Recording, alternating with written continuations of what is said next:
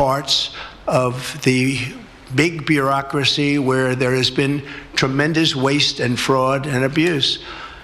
In that process, we identified and stopped $50 million being sent to Gaza to buy condoms for Hamas. 50 million.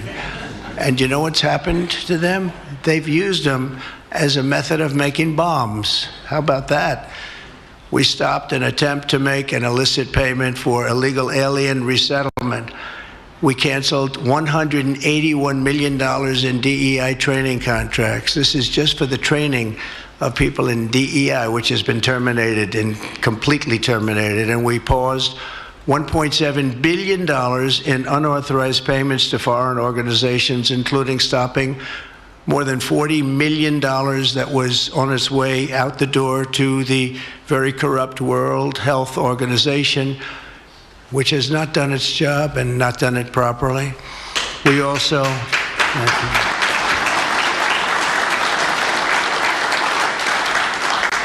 blocked $45 million for diversity scholarships in Burma. 45, that's a lot of money for diversity scholarships in Burma. You can imagine where that money went. These were the types of payments, and many others. I could stand here all day and tell you things that we found, and we have to find them quickly because we want the money to flow to proper places. But these were the payments and types of payments affected by the temporary freeze, and the American people strongly support these efforts. I talked about it during the campaign, and they voted for us in record numbers. Every single day, we're now putting America first and fighting to get the most out of every single tax dollar for our great citizens. We've gathered this afternoon to take another historic action. However, in a few moments, the Laken Riley Act will become the very first bill that I proudly sign into law as the 47th President of the United States.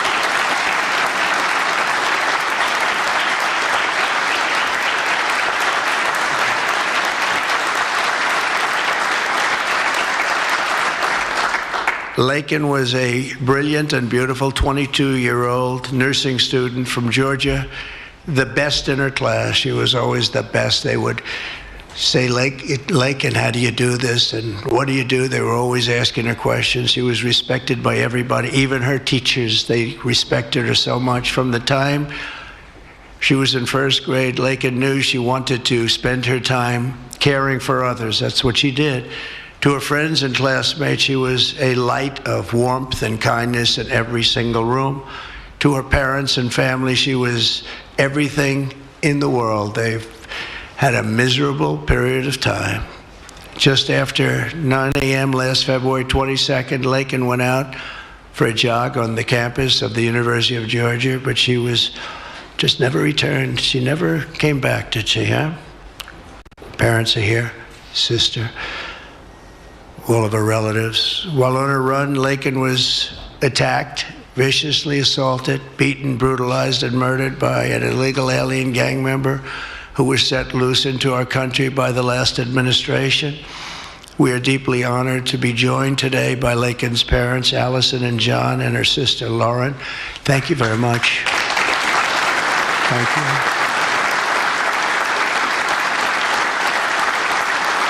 So sad. We were together right after that happened, and it's a tremendous tribute to your daughter, what's taking place today. That's all I can say, but it's so sad we have to be doing it at all. Thank you very much for being here. To Laken's family, we will keep Laken's memory alive in our hearts forever, everyone's hearts. With today's action, her name will also live forever in the laws of our country, and this is a very important law. This is something that has brought Democrats and Republicans together. That's not easy to do. Laken did it. Laken did it.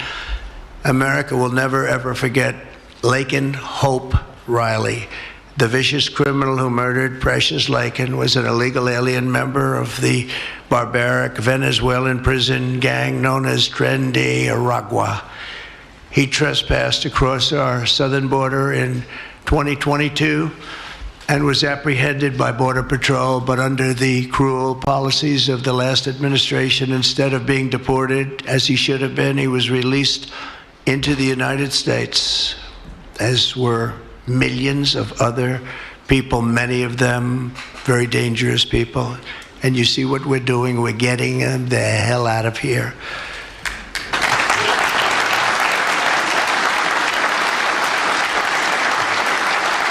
He was soon arrested again in New York City on charges of endangering a child, but because of New York City's deadly sanctuary policies, as we have in California and many other places, which we're going to end them, he was released again to reoffend. The Biden administration then provided this illegal alien criminal with a free, taxpayer-funded flight from New York to Georgia, where he was arrested yet again, constantly, this time for stealing from a Walmart along with his gang member brother, who was a bad one. Only after being released a third time by the U.S. law enforcement did this cold-blooded criminal go out in that fateful morning hunting for women on whom to prey. That's what he did. He hunted. It was like a hunter. I'm going to show him who the hunter is. This horrific atrocity should never have been allowed to happen. And as president, I'm fighting every single day to ensure that such a tragedy never happens again. We don't want this to happen.